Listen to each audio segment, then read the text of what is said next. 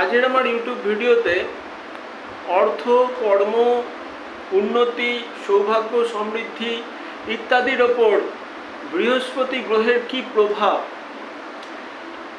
সেটা নিয়ে আজকে আলোচনা করব।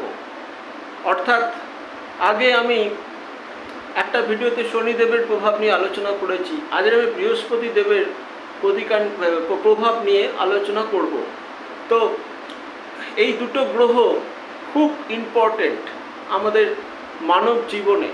একটা হচ্ছে শনিদেব আর হচ্ছে বৃহস্পতি। এরা দুজনেই আর্থিক অবস্থাকে কন্ট্রোল করে, ভাবলে অবাক হবেন। এরা দুজনেই কিন্তু আর্থিক অবস্থাকে যে কোনো জন্মকুণ্ডলীর কন্ট্রোল করে এবং সৌভাগ্য, সমৃদ্ধি, উন্নতি এগুলো এই দুটো গ্রহই দেখেন। আমাকে অনেকে প্রশ্ন করেছেন যে যেহেতু কর্মের কারক গ্রহ শনিদেব বা চাকরি শনিদেবের প্রভাবে হয়, তো শনিদেব যদি, অনেকে তো শনিদেবের প্রতিকার করতে পারেন না, শনিদেবকে স্ট্রং করার জন্য অনেকে নীলা ধারণ করতে পারেন না। তারা কীভাবে শনিদেবের অশুভ প্রভাব থেকে বাঁচবে বা শনিদেবকে কী করে স্ট্রং করে ভালো অবস্থা করবে, তারা তাদের কর্মের জায়গা, চাকরির জায়গা, আর্থিক সমৃদ্ধির জায়গা কী করে ভালো করবেন, এরকম জিজ্ঞেস করেছেন অনেকেই ফোনে বা কমেন্ট, ইউটিউবের কমেন্ট বক্সে বা মেসেঞ্জারে আমাকে জিজ্ঞেস করেছেন, হোয়াটসঅ্যাপে জিজ্ঞেস করেছেন। তাদের মধ্যে আমার ক্লায়েন্ট, আমার ছাত্র ছাত্রী, ফলোয়ার্স সবাই তার মধ্যে আছেন। তো যাই হোক, তো যাদের রাজ্যকারক গ্রহ শনি নয়, জন্ম শনিদেব যাদের রাজ্যকারক গ্রহ নয়, তারা কিন্তু নীলা বা শনিদেবের কোনো স্ট্রং রত্ন ধারণ করতে পারবেন না, কারণ সেক্ষেত্রে ক্ষতি হতে পারে। একমাত্র যাদের লগ্ন সাপেক্ষে রাজ্যকারক গ্রহ বা যোগকারক গ্রহ শনিদেব, তারা নীলা ধারণ করতে পারেন এবং নীলা ধারণ করলে তাদের অসম্ভব উন্নতিও হয়। নীলা বা স্যাটার্নের যে কোনো কালার ধারণ করলে তাদের উন্নতি হয়। কিন্তু যাদের শনিদেব রাজ্যকারক গ্রহ নয়, মারক বা বাধক, তারা কি করে তাদের আর্থিক অবস্থা ফেরাবে বা শনিদেবের যে অশুভ প্রভাব যদি তাদের থাকে বা শনিদেব দুর্বল থাকে সেটাকে ঠিক করবে? তো একটাই কথা হলো, তাদের আর্থিক অবস্থাটা যদি ফেরাতে কেউ পারেন, তিনি হচ্ছেন বৃহস্পতি দেব। তো বৃহস্পতি কি করে জানেন? বৃহস্পতি শুভ প্রভাব শনিদেবকে কন্ট্রোল করে নিতে পারে বা শনিদেবের অশুভ প্রভাবকে কাটিয়ে দিতে পারে। অবশ্যই রাজ্যকারক গ্রহ লগ্ন সাপেক্ষে শনিদেব হবে। লগ্ন সাপেক্ষে যাদের রাজ্যকারক গ্রহ শনিদেব নন, তাদের লগ্ন সাপেক্ষে বৃহস্পতি দেব অবশ্যই রাজ্যকারক গ্রহ হবেন। কেননা আমাদের দুটো গ্রুপে, একটা হট গ্রুপ, একটা কোল্ড গ্রুপ, এই দুটো গ্রুপে ভাগ করা হয়েছে সমস্ত 9টা গ্রহকে। তো এবার আসি একটা যেটা আমার নিজস্ব দেখা বা নিজস্ব অনুভব থেকে আমি বলছি বা অভিজ্ঞতা থেকে আমি বলছি যে শনিদেব যেহেতু কর্মের কারক গ্রহ, চাকরি, উন্নতি, কর্মের ফল, আর্থিক ব্যাপার বিষয় দেখে, কিন্তু বৃহস্পতি দেব তো নবম ভাবে, শনিদেব দশম এবং একাদশের ঘরের মালিক। হ্যাঁ, কিন্তু কি করে বৃহস্পতি দেব শনিদেবকে কন্ট্রোল করতে পারে? তাহলে বলি, শনিদেবের আগের ঘর নবম ভাব, যেটা আমাদের ভাগ্যকে নিয়ন্ত্রণ করে, সেটা কিন্তু বৃহস্পতির ঘর, অর্থাৎ ধনু রাশি। শনিদেবের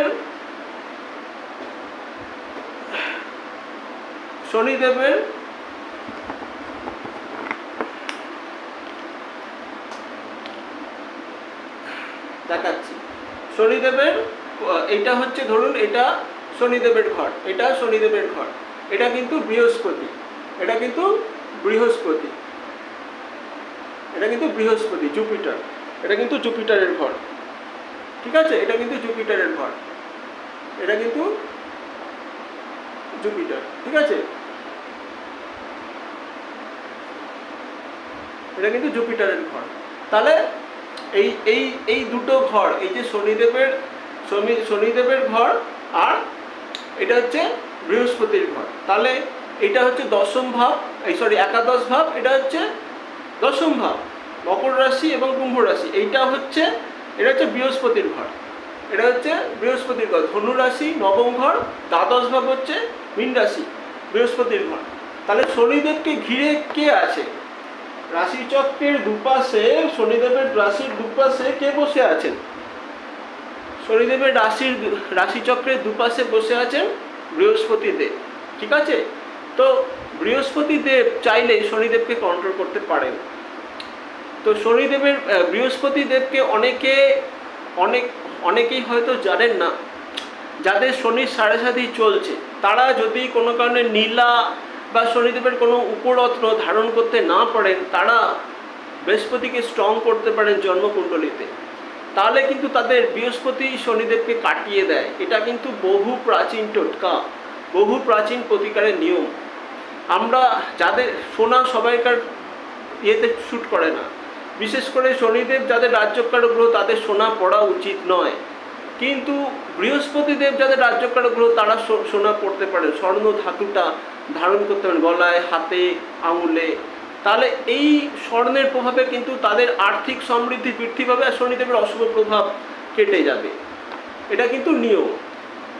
পোখরাজ রত্নটা হচ্ছে বৃহস্পতির রত্ন, পোখরাজ, গোল্ডেন টোপ্যাজ। যাদের শনিদেবের নীলা ধারণ করতে পারবেন না, তারা তাদের আর্থিক দিক ভালো করার জন্য পোখরাজ রত্নটি ধারণ করতে পারেন। তাদের লগ্ন সাপেক্ষে বিচার করে দেখতে হবে, নবাংশ এবং লগ্ন কুণ্ডলী বা রাশিচক্র হিসেবে দেখতে হবে যে তাদের বৃহস্পতির অবস্থানটা কেমন আছে। আর একটা কথা বলি, যাদের শনিদেব ধরুন নিচস্থ আছে, পাপড়িত আছে, অস্তমিত আছে, বা সেই শনিদেব সাড়ে সাথে চলছে গোচরে, সেই শনিদেবের উপর যদি বৃহস্পতির কোনো রকম দৃষ্টি থাকে তাহলে শনিদেবের যাবতীয় অশুভ প্রভাব নষ্ট হয়ে যাবে, শনিদেবের যাবতীয় অশুভ প্রভাব ভালো প্রভাবে রূপান্তরিত হয়ে যাবে। এটা আপনারা নিজেরা মিলিয়ে দেখবেন, এটা একটা রুলস। বৃহস্পতি দেব শনিদেবের যাবতীয় অশুভ প্রভাব কাটিয়ে দিতে পারে। তো সেই ক্ষেত্রে জন্মকুণ্ডলিতে যাদের শনিদেব খুব অশুভ অবস্থায় আছে, নিচস্থ, দুর্বল, তারা হয়তো নীলা ধারণ করতে পারছেন না, কারণ তার লগ্নপতি হয়তো দেখা গেল মঙ্গল, রবি অথবা চন্দ্র অথবা বৃহস্পতি। এই কটা লগ্নপতি যাদের, তারা কিন্তু বৃহস্পতি যাদের লগ্নপতি তারা ধারণ করতে অনেক সময় নীলা ধারণ করতে পারেন। কিন্তু যাদের লগ্নপতি হচ্ছে রবি, মঙ্গল, চন্দ্র, তারা ভুল করেও নীলা ধারণ করবেন না, ক্ষতি হবে, ক্ষতি হওয়ার সম্ভাবনা বাড়বে। আর তারা কি করবেন? তারা বৃহস্পতিকে প্রতিকার করবেন, বৃহস্পতির স্টোন ধারণ করবেন, বৃহস্পতির কালার ধারণ করবেন, হলুদ বা সোনালী কালার। তাহলে কিন্তু তাদের যে শনিদেবের অশুভ প্রভাব সেটা তো নষ্ট হবেই, তার সাথে সাথে তাদের আর্থিক সমৃদ্ধি বৃদ্ধি পাবে, তাদের কেরিয়ারের দিক থেকে তারা উন্নতি করবে, তাদের সৌভাগ্য বৃদ্ধি পাবে। বৃহস্পতি হচ্ছে সৌভাগ্যের কারক গ্রহ, অর্থাৎ নবম ভাব। আমার ভাগ্য যদি আমার ভালো থাকে তাহলে আমার কর্মটাও সেই ভাগ্যটা নিয়ন্ত্রণ করে দেয়। কর্মের জায়গা খারাপ হলে ভাগ্য সেখানে সহায়তা করে দেবে। এইটাই রুলস, এটাই জীবনের নিয়ম। আর একটা হচ্ছে দ্বাদশ ভাব। দ্বাদশ ভাব হচ্ছে ব্যয়, খরচ। আর একটা ভাব বিচার হয় দ্বাদশ হচ্ছে আধ্যাত্মিক উন্নতি। দ্বাদশ ভাব যদি আমাদের ভালো থাকে তাহলে আমাদের ব্যয় নিয়ন্ত্রিত থাকে, ব্যয়টা সঠিকভাবে সঠিক জায়গায় হয়। বেশিরভাগ ক্ষেত্রে আমরা ভুলভাল জায়গায় ব্যয় করি, যার কারণে আমাদের খরচা হয়ে যায়, আমাদের আর্থিক অভাব দারিদ্র আসে। বৃহস্পতি যাদের ভালো থাকে তারা ঠিকঠাক জায়গায় ব্যয় করে, নেশা ভাম তারা করে না, তারা ভুলভাবে উচ্ছৃঙ্খল জীবনযাপন করে না। এগুলো বৃহস্পতি যাদের শুভ থাকে হবে। উল্টোপাল্টা জায়গায় টাকা খাটায় না, টাকা চোট করে না তাদের। বৃহস্পতি যাদের শুভ থাকে, তাই বৃহস্পতিকে যদি শুভ করতে পারেন, স্ট্রং করতে পারেন, তাহলে কিন্তু আপনার শনিদেবের যে অশুভ প্রভাব সেটা কেটে যাবে, প্লাস আপনার আর্থিক উন্নতি ঘটবে, কর্মের উন্নতি ঘটবে। যেহেতু কর্ম এবং একাদশভাবে দুপাশে দুটো বৃহস্পতির ভাব বসে আছে, রাশি বসে আছে। মকর রাশি এবং কুম্ভ রাশির আগেও বৃহস্পতির ঘর আছে এবং পরেও বৃহস্পতির ঘর আছে। তাহলে শনির দুপাশে বৃহস্পতি আছে। শনিদেবকে যদি কেউ কন্ট্রোল করতে পারে সারা পৃথিবীতে, সেটা হচ্ছে বৃহস্পতি। এটা হচ্ছে রুলস। এবং যাদের লগ্নপতি মঙ্গল, রবি এবং চন্দ্র, তারা ভুল করেও নীলা ধারণ করবে না, তাদের ক্ষতি বই ভালো হবে না। তারা বৃহস্পতিকে প্রতিকার করবেন, বৃহস্পতির রত্ন পড়বেন, ধারণ করবেন। অবশ্যই তার বৃহস্পতির অবস্থান নবাংশ কুণ্ডলিতে এবং রাশিচক্রে দেখা উচিত। তারা বৃহস্পতির রত্ন বা উপরত্ন ধারণ করলে শনির যে অশুভ প্রভাব 80% কমে যাবে। এরপরে তো আছে আপনার সাত্ত্বিক জীবনযাপন করা, আপনার সঠিকভাবে গাইডলাইন অনুযায়ী চলা অ্যাস্ট্রোলজারকে দেখে, তখন কিন্তু আপনার জীবনটা অন্যরকম হয়ে যাবে। তো শনিদেব সবাইকে ভালো প্রভাব দিক এবং বৃহস্পতিদেব সবাইকে সুপ্রভাব দিক, এটা নিয়েই আজকের ভিডিওটি আমি শেষ করলাম। জীবনটা যেন সুখ সমৃদ্ধিতে ভরে উঠুক, কর্মের দিক থেকে যেন সবার উন্নতি হোক।